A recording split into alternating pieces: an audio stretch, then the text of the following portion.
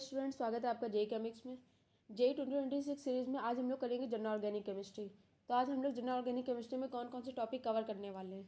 तो आज हम लोग करेंगे यहाँ पे IUPAC की PYQ, conjugation and aromaticity, organic compound, quantitative analysis पे बेस्ड हमारे जितने भी न्यूमेरिकल होंगे उसको सॉल्व करेंगे। तो क्वालिटेटिव एनालिसिस में आपको मोस्टली न्यूमेरिकली पूछे जाते हैं जो कि इंपॉर्टेंट होते हैं, और इस साल आपको 3 क्वेश्चन पूछे गए हैं, और जो उसमें से आपको 2 क्वेश्चन रिपीटेड थे, यानी कि 2 क्वेश्चन को एक ही क्वेश्चन को 2 तरीके से आपको 2 अलग अलग सेट में पूछा गया है। इसके अलावा आपके 2 टॉपिक बचेंगे जिसको हम लेक्चर 2 पे प्रोसीड करेंगे। तो स्टार्ट करते हैं हम हमारे यहाँ पहले क्वेश्चन से। दिया हुआ है the IUPAC name of the following compound. यहाँ पे आपको एक कंपाउंड दिया हुआ है और IUPAC नाम पूछा। ये है 2022 जैन शिफ्ट 2 का क्वेश्चन। तो आप यहाँ पे देखोगे तो आपको ये वाला पार्ट देख के क्या लगता है, ये क्या दिख रहा है आपको। तो जब आपको IUPAC क्वेश्चन समझ आए तो आपको वहाँ पे जो दिख रहा है आप उसको अलग अलग लिख लो। तो आपको यहाँ पे ये वाले पार्ट को देख के क्या लग रहा है कि ये ईथर है। ठीक है, हमें दिमाग में आ गया। हम यहाँ पे एक हमें ईथर दिया हुआ है जिसके लिए हम क्या यूज करते हैं, ओट। ठीक है,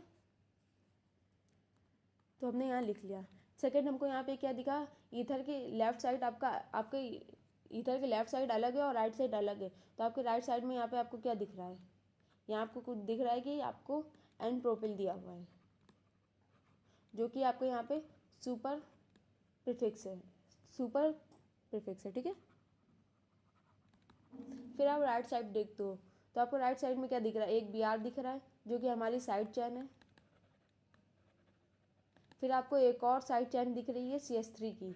तो 2 हमें साइड चेन दिख गई और एक हमें मेन चेन दिख रही है। तो हम यहाँ पे मेन चेन पहले देख लेते हैं। देखो मैं भी सेम वैसे सॉल्व कर रही हूँ जैसे एक स्टूडेंट सोच सकता है। ठीक है, तो आपको ऐसे ही करना है। सबसे पहले आप यहाँ पे मेन चेन को देखते हैं। तो हमारी मेन चेन 1 2 3 4 5 6 7। तो आपके दिमाग में ये क्वेश्चन ये भी आ सकता है कि मैम हम इस चैन को क्यों नहीं ले रहे। तो आप सभी ने प्रिंसिपल पढ़ा होगा उसके कि हम नंबर ऑफ जितने ज़्यादा बड़ी चैन होगी हम उस चैन को प्रिफेयर करते हैं। यानी कि अगर आपकी कोई कार्बन चैन 6 नंबर की और कोई कार्बन चैन 7 नंबर की है तो हम 7 कार्बन वाली चैन को प्रिफेयर करते हैं इन केस ऑफ 6। तो यहाँ पर मैंने 7 वाली कार्बन चैन को सिलेक्ट कर लिया है और हमको पता चल गया कि हमें यहाँ पे क्या क्या दिया हुआ है। अब हमें क्या लिखना है, IUPAC नाम। तो हम स्टार्ट करते हैं। सबसे पहले इसके लेफ्ट साइड को लिखते हैं, हमें जो समझ आ रहा है। हमको क्या दिख रहा है, एन प्रोपिल हमको बोला है, मैंने लिख लिया। हमको दिया हुआ है एन प्रोपिल। ठीक है, फिर हमको पता है कि यहाँ पे हमको 2 पे ब्रोमो दिया है तो हम लिख लेते हैं 2 पे ब्रोमो। फिर हमको क्या पता है कि हमको 5 पे यहाँ पे एक CS3 मतलब मेथिल ग्रुप दिया हुआ है तो 5 पे मेथिल ग्रुप। अब हमको क्या पता है कि जो हमारी चैन है वो 7 कार्बन की है। 7 कार्बन के लिए क्या हम यूज करते हैं, हेप्ट। तो यहाँ पे हमने लिख लिया हेप्ट। फर्दर हमारे में यहाँ पे कोई डबल बॉन्ड है नहीं है तो हम सिंगल बॉन्ड के लिए क्या यूज करते हैं, इन। तो हेप्टेन। अब लास्ट में हमको यहाँ पे क्या दिख रहा है कि हमको यहाँ पे ईथर है और ईथर का नाम लिखना है। तो ईथर हमारे कहाँ पे है, कार्बन 1 पे।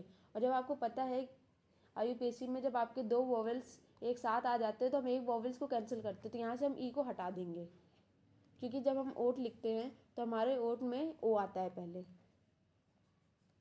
ठीक है, तो AN, फिर उसके बाद हमारा 1 पे ओट। तो हमारा बन गया n propyl 2 bromo 5 methyl heptane 1 8। तो यहाँ से हमारा ऑप्शन नंबर कौन सा सही होता है, ऑप्शन नंबर C। तो बस आपको केवल देखना है कि आपको क्या क्या प्रोवाइड है और आपको क्या क्या लिखना है। एक बार आपको पता चल जाएगा कि आपके कंपाउंड में आपको क्या कैसे है तो आपको लिखने में कोई कठिन नहीं होगा IUPAC। और फिर भी अगर आपको IUPAC में कोई भी डाउट आता है तो हमारे चैनल पर IUPAC के वीडियो अपलोडेड है, आप उसे जाके देख सकते हो। आपकी IUPAC पूरी बेसिक लेवल से वहाँ पे आपकी सारी IUPAC कंप्लीट करवाई गई है हमने। और इसके अलावा मैंने यहाँ पे आपको और भी PYQs अपलोड कर दिए हैं, जैसे मैंने यहाँ पे आपको periodic table, chemical bonding upload कर दी है, तो आप उनको भी जाके देख सकते हैं। नेक्स्ट हमारा क्वेश्चन है arrange the following alkene in decrease order of stability. तो यहाँ पे हमारे स्टेबिलिटी पे क्वेश्चन आया है। यहाँ पे आपको 4 कंपाउंड दिए हुए हैं, आपको चूज़ करना है यहाँ पे ऑप्शन कौन सी हमारी स्टेबिलिटी करेक्ट है। तो उसने बोला हमें एल्कीन की देखनी है। तो चलो हम देखते हैं एल्कीन की देखने के लिए हम क्या देखते हैं। यहाँ पे हमें यहाँ पे कहीं +4 दिख रहा है नहीं, कहीं माइनस दिख रहा है नहीं। तो हमको यहाँ क्या दिख रहा है, हमको ये पता है कि एल्कीन के साथ हम क्या देख सकते हैं, हाइपर कंजुगेशन मतलब अल्फा हाइड्रोजन। ठीक है, तो सबसे पहला कंपाउंड देखते हैं। यहाँ पे हमें CS3 लगा हुआ है। डबल बॉन्ड के साथ हर जगह CH3, तो यहाँ पे हमारे अल्फा हाइड्रोजन कितने होंगे, 3 3 6 3 9 3 12, तो हमारे अल्फा हाइड्रोजन कितने हैं यहाँ पे 12। सेकंड हम देखते हैं यहाँ पे CH3 हमें दिया हुआ है आमने सामने, तो यहाँ पे हमारे अल्फा हाइड्रोजन कितने हैं 3 3 6 7 1 8 8 है, और ये हमारी कौन सी फॉर्म है, ट्रांस फॉर्म है। थर्ड हमको यहाँ पे 3 जगह CH3 दिया हुआ है, हमारे यहाँ पे अल्फा हाइड्रोजन कितने हैं 3 3 6 3 9, और एक यहाँ पे हाइड्रोजन है तो 10। फिर हम फोर्थ देखते हैं, यहाँ पे हमें CH3 दिया हुआ है 2 जगह, यहाँ पे हमारे अल्फा हाइड्रोजन कितने हैं 3 3 6 7 1 8, और ये हमें कौन सी फॉर्म है, ये हमारी सिस फॉर्म दी हुई है। इतना हमने पता कर लिया। अब हमें स्टेबिलिटी देखना है, तो स्टेबिलिटी हम यहाँ पे अल्फा हाइड्रोजन के बेसिस पे देखेंगे। तो हमारे सबसे ज़्यादा अल्फा हाइड्रोजन कहाँ पे है, फर्स्ट में, तो हमारा सबसे अच्छा स्टेबल कौन सा होगा, फर्स्ट। फिर हमारे कहाँ पे हैं, थर्ड में, तो हमारा कौन सा अच्छा होगा, थर्ड। अब बच्चों को कन्फ्यूजन आती है सेकेंड एंड फोर्थ में, क्योंकि दोनों में अल्फा हाइड्रोजन इक्वल है, तो आपको पता होना चाहिए। यहाँ पे की पॉइंट डाल के लिख लीजिए आप लोग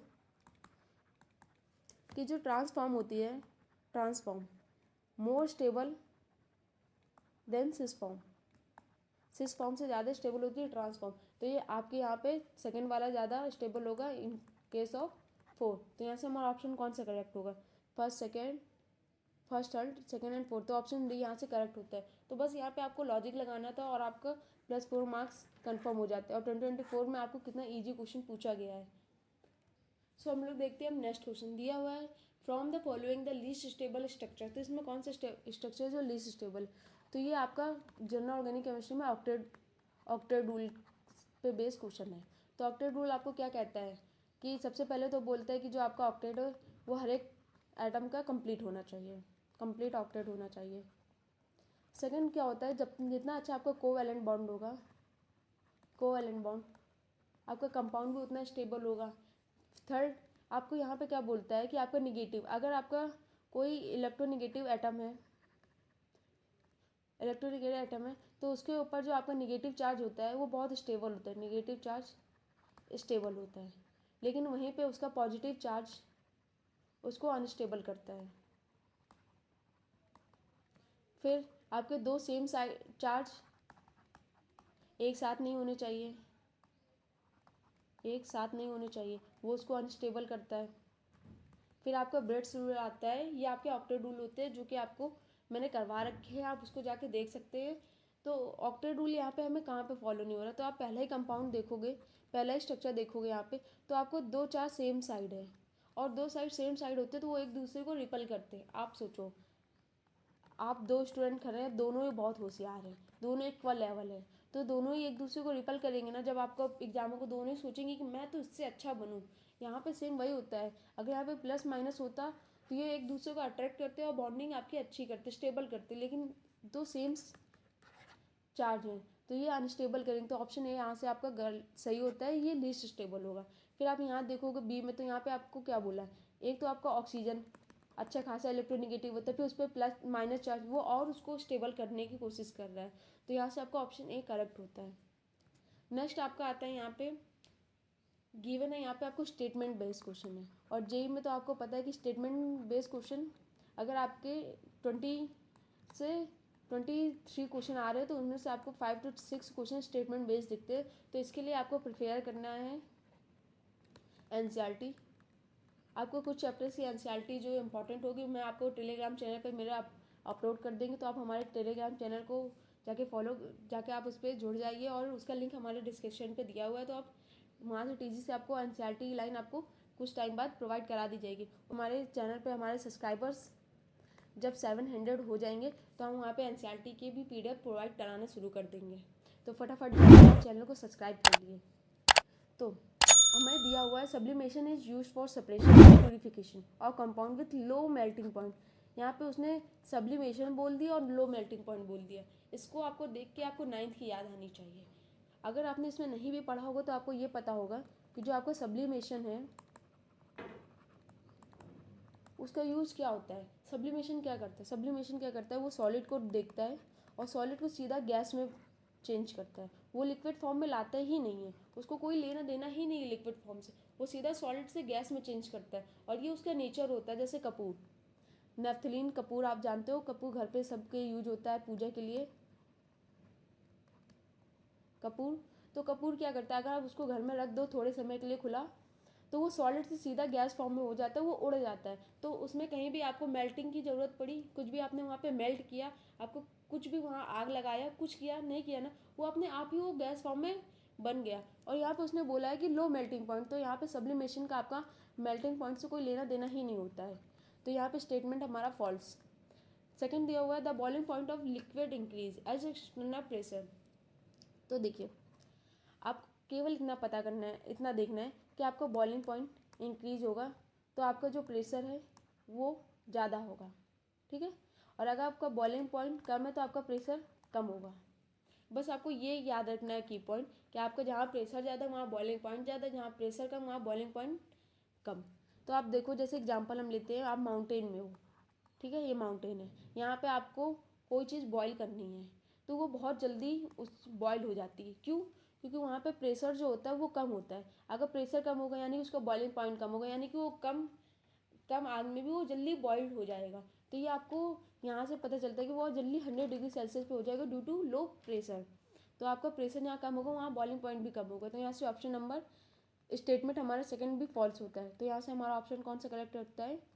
बोथ स्टेटमेंट आर फॉल्स। तो ऑप्शन सी यहाँ से करेक्ट होता है। नेक्स्ट यहाँ पे आपको दिया हुआ है क्वेश्चन जो कि क्वांटिटेटिव एनालिसिस पे है। आपको 28 जैन सेट में पूछा गया है 0.53 gram of an organic compound. आपको एक ऑर्गेनिक कंपाउंड है, when heated with excess of nitric acid and then with a silver nitrate, ठीक है, सिल्वर ब्रोमाइड प्रेसिपिटेट। देखो वहाँ इसने सिल्वर ब्रोमाइड की बात करके हमें ये बता दिया कि यहाँ पे हमें कौन सा मेथड यूज होगा, कैरियस मेथड। नेक्स्ट उसने बोला है 1.0 gram of x gas 1.3 gram of CO2 gas on combustion. तो यहाँ पे उसने मेरे को दो चीज़ बता दी, एक कैरियस मेथड, दूसरा combustion method. The percentage of hydrogen in the compound. तो ये आपको 3 स्टेप में कंप्लीट करेंगे हम। अब देखो ये क्वेश्चन देखने में बड़ा लग रहा है लेकिन ये बहुत ईजी है। चलो सबसे पहले हमको क्या करना है, यहाँ पे हमको पहला यहाँ तक हमको दिया हुआ है, हम पहले इसको इतना सॉल्व करते हैं। उसने AgBr का नाम लिया, इसका मतलब हमको कैलकुलेट करना है percentage of Br using Carius method,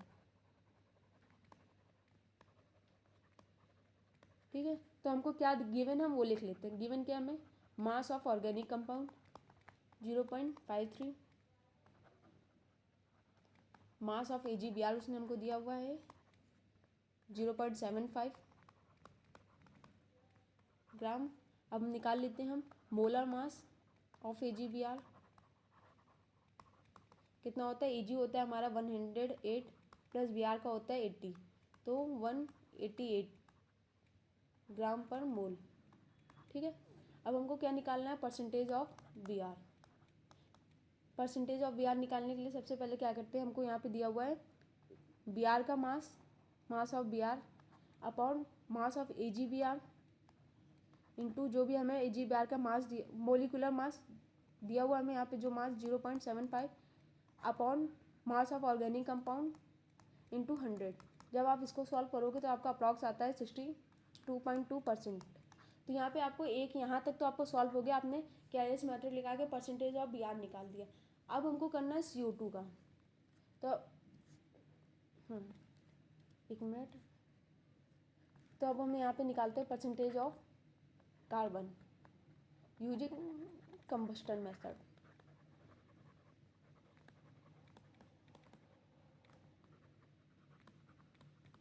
तो हमको सबसे पहले हम देखते हैं मास ऑफ कार्बन।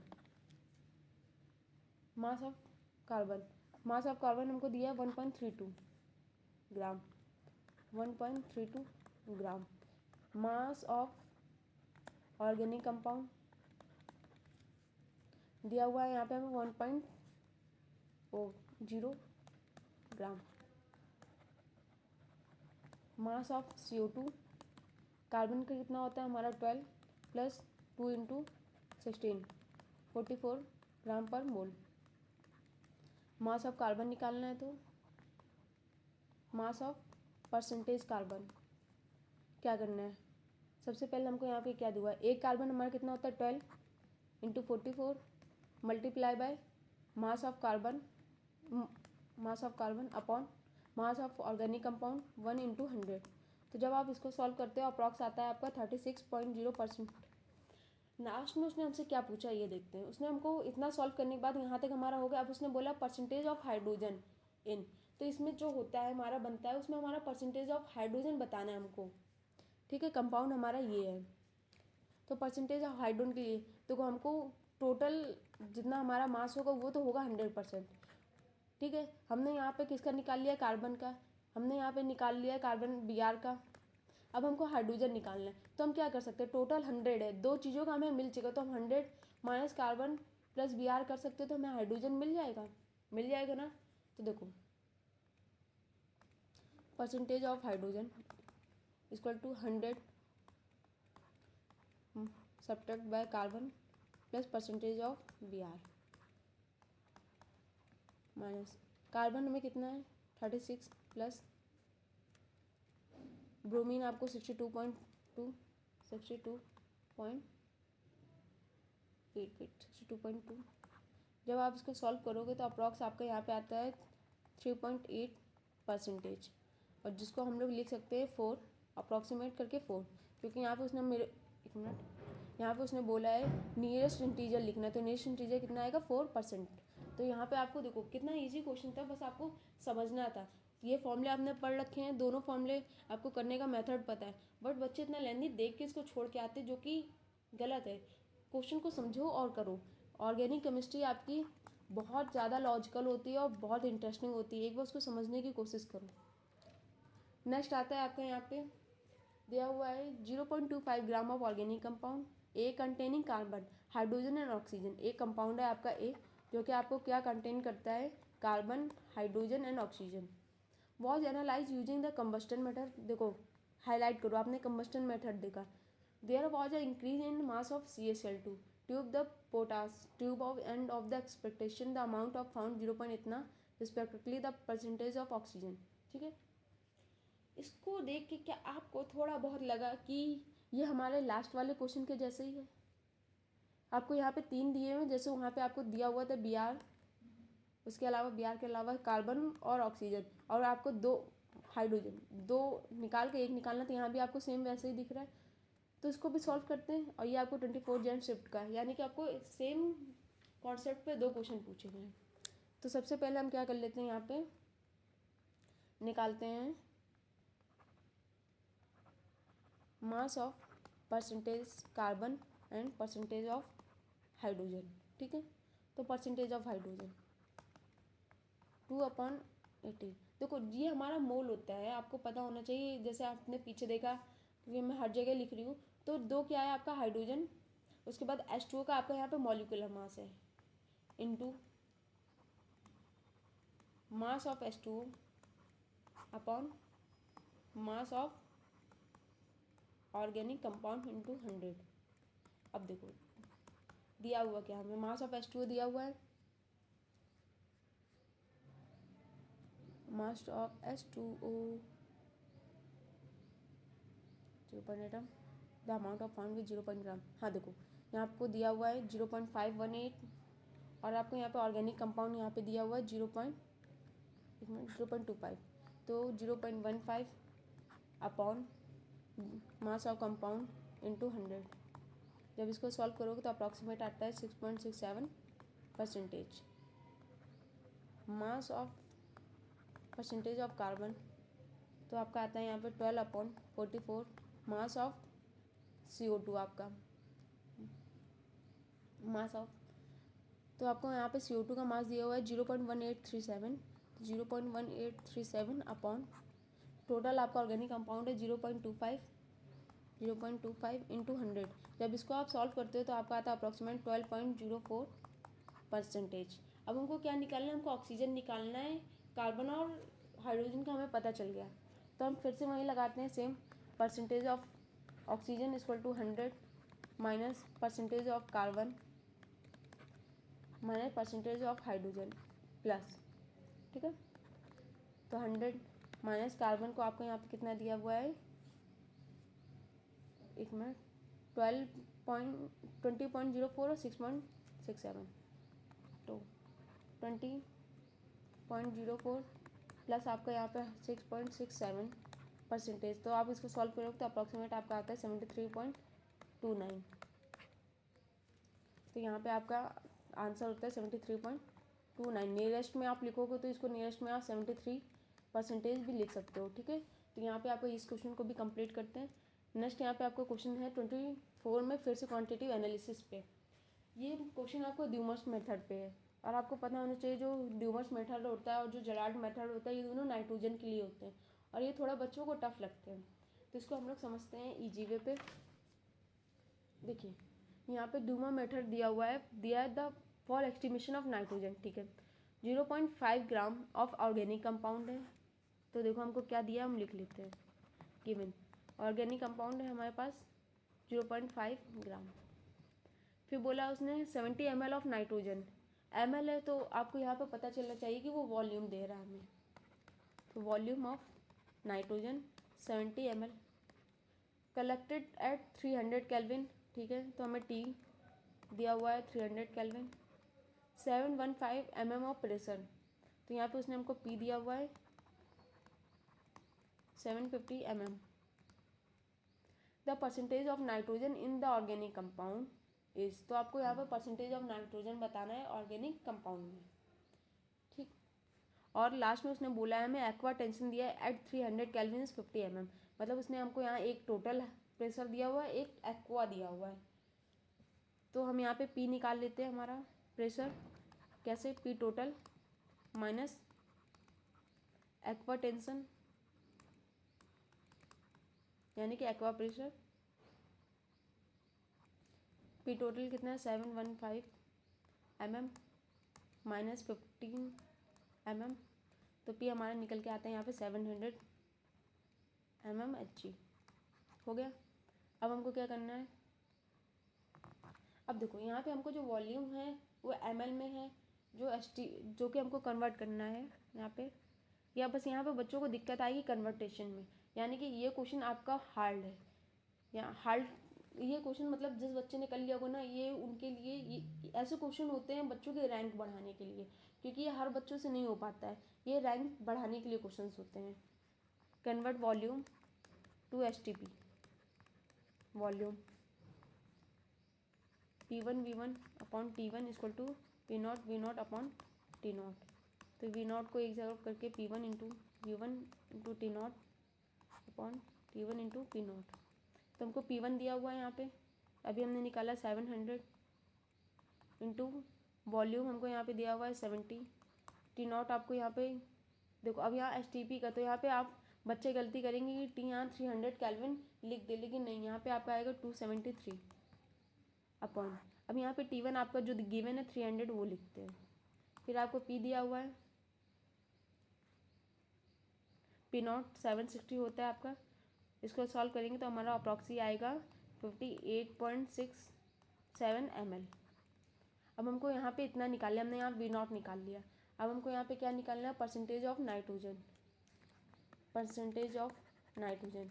तो 28 into V0 upon total 2 to 400 STP के लिए यूज होता है, इंटू मास इंटू 100। ये फॉर्मूला आपका होता है जो कि आपको याद करना है।